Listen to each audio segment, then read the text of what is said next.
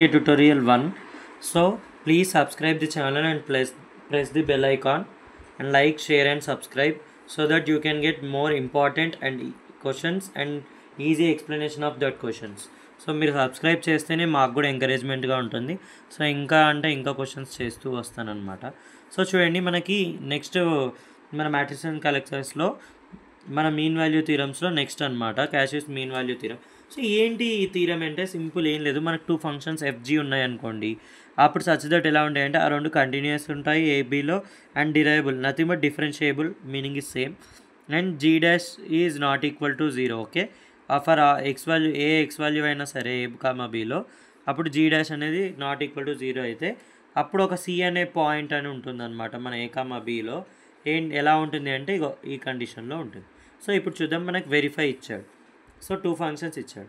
ఇక్కడ మీరు సొల్యూషన్లో చూస్తే ఫస్ట్ కండిషన్ ఏం చూడండి, continuous.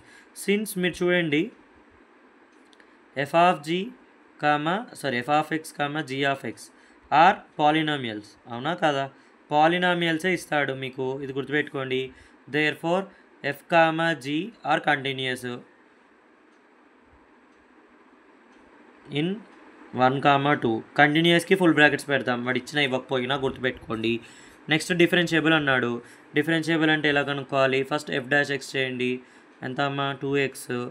Next G dash X చేయండి, ఎంత 2x². దేర్ ఫోర్ డెరివేషన్ అయ్యాయి కాబట్టి F comma G are derivable or differentiable, ఏదైనా ఒకటే. దీనికి నార్మల్ బ్రాకెట్స్ పెట్టుకోవాలి, ఓకేనా? సో 2 కండిషన్స్లో థర్డ్ కండిషన్ ఏంటి? F dash of x is not equal to 0. So అంతే కదా ఇది కూడా. సో ఇది కూడా condition satisfy. So all 3 conditions satisfy అయ్యాయి. So then there exist 1 point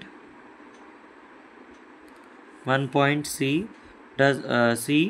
that belongs to A comma B అన్నాడు. ఏ అంటే ఏంటి? ఇక్కడ ఏమిచ్చాడు 1, 2 సచ్ దట్ కండిషన్ ఏమిచ్చాడు? ఎఫ్ డాష్ ఆఫ్ సికి ఇస్తాడు ఎప్పుడైనా కండిషన్.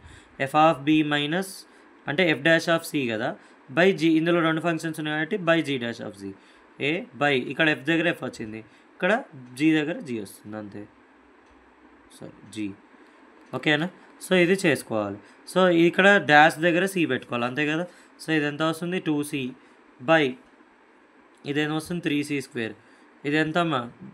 ఎఫ్ ఆఫ్ బి అంటే ఎంత మీరు చూసుకోండి, ఈజీగా సబ్స్టిట్యూట్ చేసుకోవచ్చు. బి అంటే 2 అమ్మ, 2 2s 4 మైనస్ ఏ అంటే 1. సో 2 × 1² అంటే 2 బై నెక్స్ట్ జీలో సబ్స్టిట్యూట్ చేయండి, ఓకేనా? 2 × 1 2. నెక్స్ట్ ఇందులో జీలో సబ్స్టిట్యూట్ చేయండి, ఏంది? ఫస్ట్ బి సబ్స్టిట్యూట్ చేయండి, 2 × 2² nothing but 4 × 2 8 minus next 1 substitute చేయండి. 1 సబ్స్టిట్యూట్ చేస్తే ఏమొస్తుంది? ఇక్కడ జీ ఆఫ్ 1. సో 1 సబ్స్టిట్యూట్ చేయండి జీ ఆఫ్ 1లో, అక్కడ.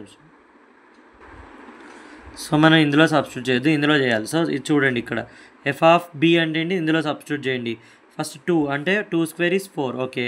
Next 1² is 1. నెక్స్ట్ జీలో సబ్స్టిట్యూట్ చేయండి. జీ ఆఫ్ ఎక్స్ అంటే ఇది కదా, x³. So first 2³ is 8 minus 1³ is 1.